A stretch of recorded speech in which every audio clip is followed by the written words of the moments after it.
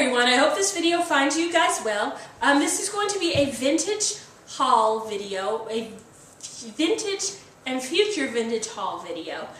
Plus, I want to show you one of the reasons why I go thrifting, when you just never know what you're going to find. So let me go ahead and get started. I went thrifting yesterday, Tuesday, and Monday, and I'll get started with what I got yesterday.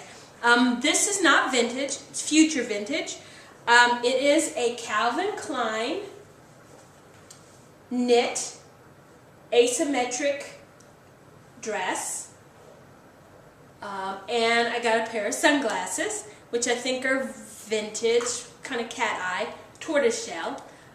They were $2.42 for the sunglasses and $4.98 for the dress, and then I actually got a military discount, which brought the grand total for these two items to $5.24. So that is my non-vintage, but future vintage items that I purchased. And then yesterday I also went to this Goodwill. And I don't have a lot of luck usually at the Goodwill, honestly, as of late. Most of my luck comes from the Village Thrift. And I will show you guys, those are the last item. And I'm not kidding when I say most of my luck comes from the Village Thrift. So let me go ahead and get started with the Goodwill. I got this vintage dress, very pretty, black, kind of like a crepe top material, with a like V in the back, and it's black at the top with the trim, and then it's brown. It's hard to tell, but the bottom is brown, on cream with the designs, the cream background with brown designs. So I got that.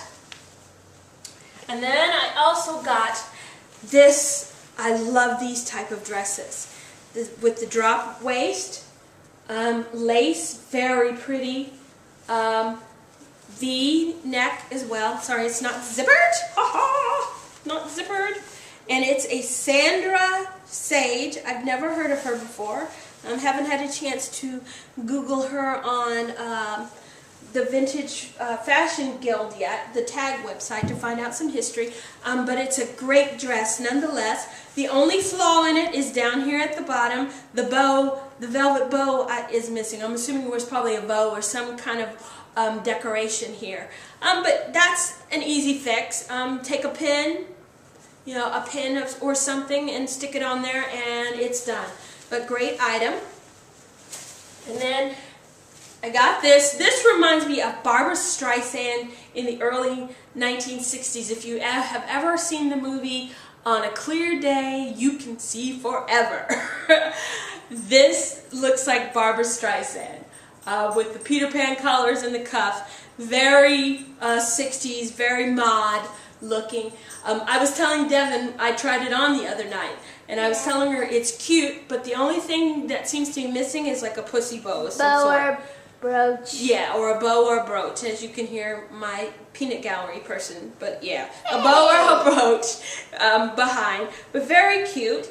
And then I also got another rare find, which is a Kensington knit Disney top. And one of my favorites. Yes, from the 1970s. So I'll turn it to the back, and if you can see, you got Mickey and Minnie in a, I don't know. Gas station. Is it a Rolls Royce? It's a Rolls Royce, I guess, in a gas station pump. But it's a lady shirt. You don't find these very often, and I have seen these on eBay, and people are they're pretty expensive with those on eBay. Anyway, shh. Okay. The last thing that I found from the Goodwill are Levi's. Levi's, you say, but you can get Levi's anywhere. Yes, you can. The special thing about these is they are made in the U.S.A. Levi's. And for those of you who don't know, or those of you who may be aware, Levi's are no longer made in the United States. And they haven't been since January 2004.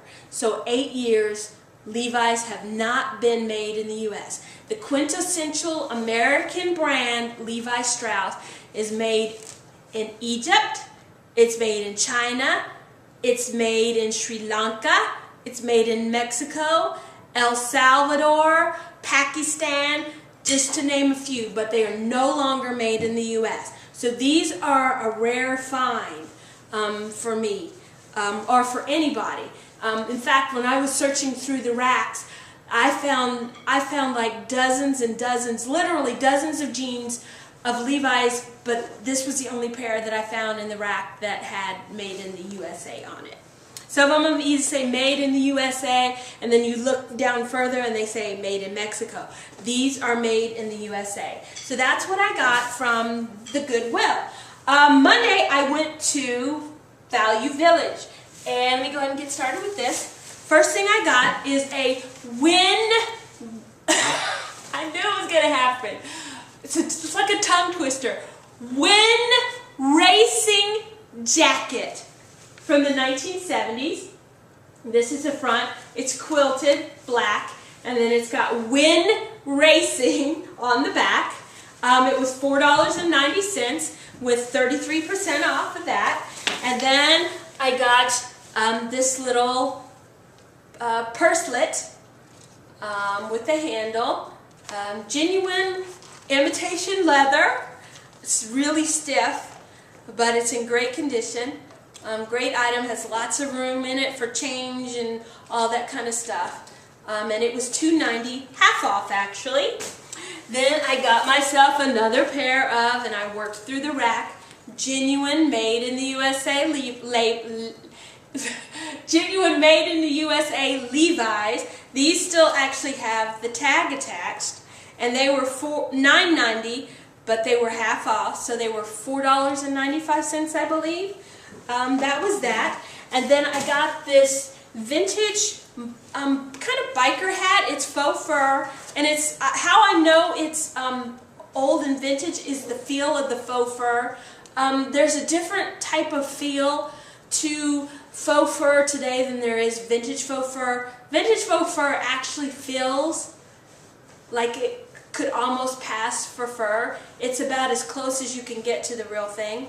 And this one is nice because it's lined in satin. So very cool biker jacket, biker hat. It was $3.90, half off. And then I hit the mother load of designers.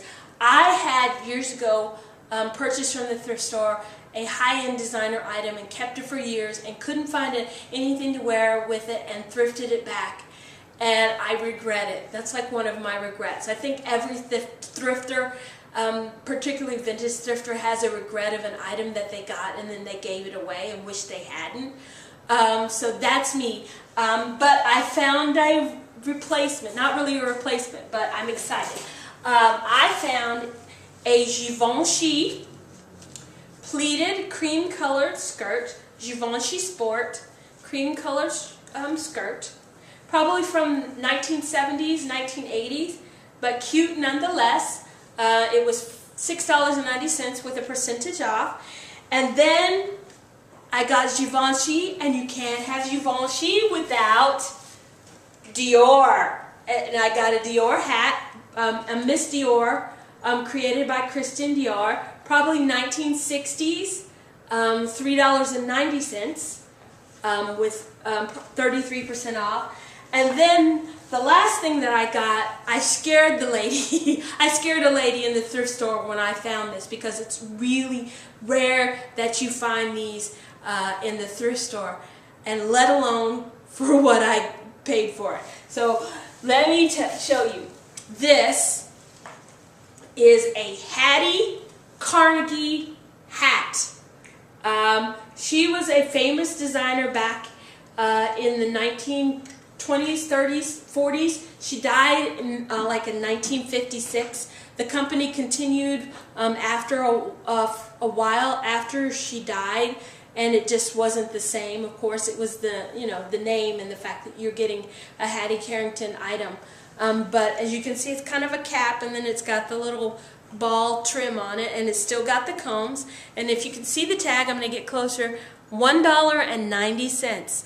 Orange tags were half off on Monday. So I got this Hattie Carrington hat. I'm not sure when it's from. I'm guessing probably the 1950s, hopefully early 1950s before she died. Hat for 95 cents. I scared the lady, like I said. When I saw it and I flipped it over, I went, and she goes, "Are you okay?" And I go, "Yes." I said, "I just found something you never ever find in a thrift store, let alone for 95 cents. Okay, I'm going to step out of frame and I'm going to show you the you never know what you're going to find at the thrift store item.